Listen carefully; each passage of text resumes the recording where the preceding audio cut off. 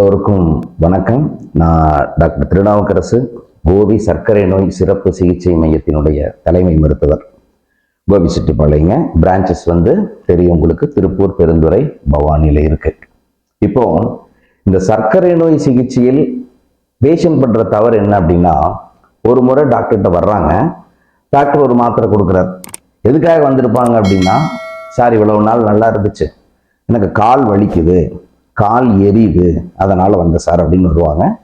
Doctor மாத்திரை கொடுத்துருப்பாரு, போய் மாத்திரை சாப்பிட்டுக்கிட்டு இருப்பாங்க. அவங்க நான் டாக்டர் சொன்ன உணவு முறையையும் கடைபிடிச்சிட்டு இருக்கலாம், அவங்களுக்கு கால் எரிச்சல் செட்டில் ஆயிருக்கும்.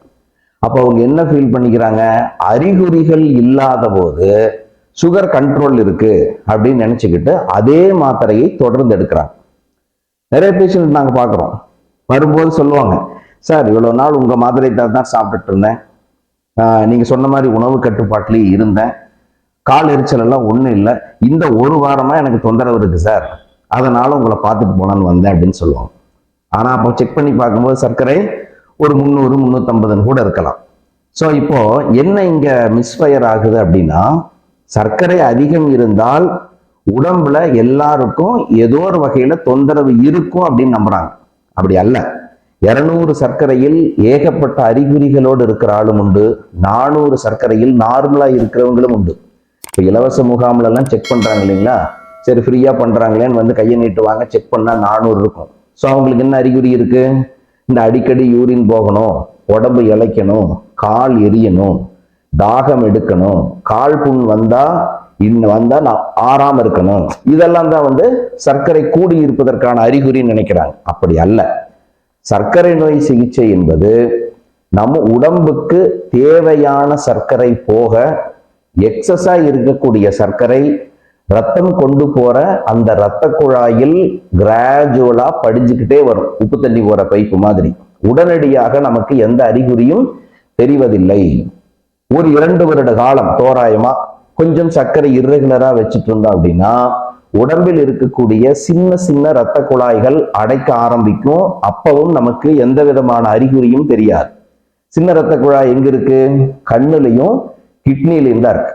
அதுக்கு போற சின்ன மைக்ரோ வெசல்ஸ், சின்ன சின்ன இரத்த குழாய்கள் அடைக்க ஆரம்பிக்கும் போது நமக்கு தொந்தரவு தெரியுமா அப்படின்னா, நிறைய பேருக்கு எந்த அறிகுறியும் தெரிவதில்லை. கண்டுக்காம விட்டுட்டாங்கன்னா ஒரு 5 வருட காலத்தில் உடம்புல சின்னதிலிருந்து பெருசு வரைக்கும் ரத்த குழாய் இருக்கு இல்லைங்களா, அப்ப என்ன ஆகும், நடுத்தர சைஸுகள் அடைக்க ஆரம்பிக்கும். அப்ப கூட நிறைய பேருக்கு எந்த அறிகுறியும் இருப்பதில்லை. எப்ப தெரியும் அப்படின்னா, பெரிய இரத்த குழாய்கள், இப்ப மூளை, இருதயம், கால், இதுக்கு போற இரத்த குழாய்கள் எல்லாம் பெரிய இரத்த குழாய்கள். அதுக்கு போற இரத்த குழாய்கள் எல்லாம் ஒரு 3/4 திட்டத்துக்கு மேல் அடைச்ச பிறகு கடைசியில் நமக்கு தொந்தரவா தெரியுது. என்னவா தெரியுது, மூளைக்கு போற இரத்த குழாய் அடைச்சா பக்கவாதமா தெரியுது, இருதயத்துக்கு போறது அடைச்சா மாரடைப்பா தெரியுது, காலுக்கு போற இரத்த குழாய்கள் அடைச்சிட்டா அப்பதான் கால் புண் ஆறாமல் கால் எடுக்க விரல் எடுக்க வருது. எப்படி முடிவு பண்றாங்க, இப்ப காலில் ஒரு புண்ணு இருக்கு, அந்த புண்ணு சுத்தமா ஆறலன்னு என்ன அர்த்தம், காலுக்கு போயிட்டு இருக்கிற இரத்த குழாய் முழுசா அடைச்சிருச்சு, அந்த புண்ணுக்கு ரத்தம் போய் சேர மாட்டேங்குது. ரத்தம் அந்த புண்ணுக்கு போய் சேர்ந்தால்தான் சுவாசிக்கிற ஆக்சிஜனும் சாப்பிட்டு கிடைக்கிற குளுக்கோஸும் அந்த இடத்துக்கு போகும், செல் பிரிதல் நடக்கும், அப்பதான் புண்ணாறும். எந்த மாத்திரை போட்டாலும் புண் ஆறாத ஒரு நிலைமை வந்த பிறகு காலுக்கு என்ன பண்றாங்க, ரத்த ஓட்டம் எப்படி இருக்கு அப்படின்னு டாப்லர் பரிசோதனை செய்து எது வரைக்கும் ரத்தம் வருதோ அது வரைக்கும் விரல் எடுக்க கால் எடுக்க வருதா இல்லையா. சோ இன்னைக்கு டாபிக் என்னன்னா, ஒரு குறிப்பிட்ட கால இடைவெளியில் நீங்கள் மருத்துவரை சந்திக்கிறீங்களா இல்லையோ, உங்க பிளட் சுகரை செக் பண்ணிக்கோங்க. சுகர் அதிகமாச்சுன்னா நமக்கு அறிகுறி வரும், தொந்தரவு வரும், வந்த பிறகு பார்க்கலான்னு வெயிட் பண்ண வேண்டாம். சர்க்கரை நோயில் தொந்தரவுகள் வராமல் தடுப்பது எளிது, வந்த பிறகு சிகிச்சை எடுப்பது கடினம். அதை மனதில் கொண்டு ஒரு பீரியாடிக்கல் இன்வெஸ்டிகேஷன்ஸ் பண்ணிக்கோங்க.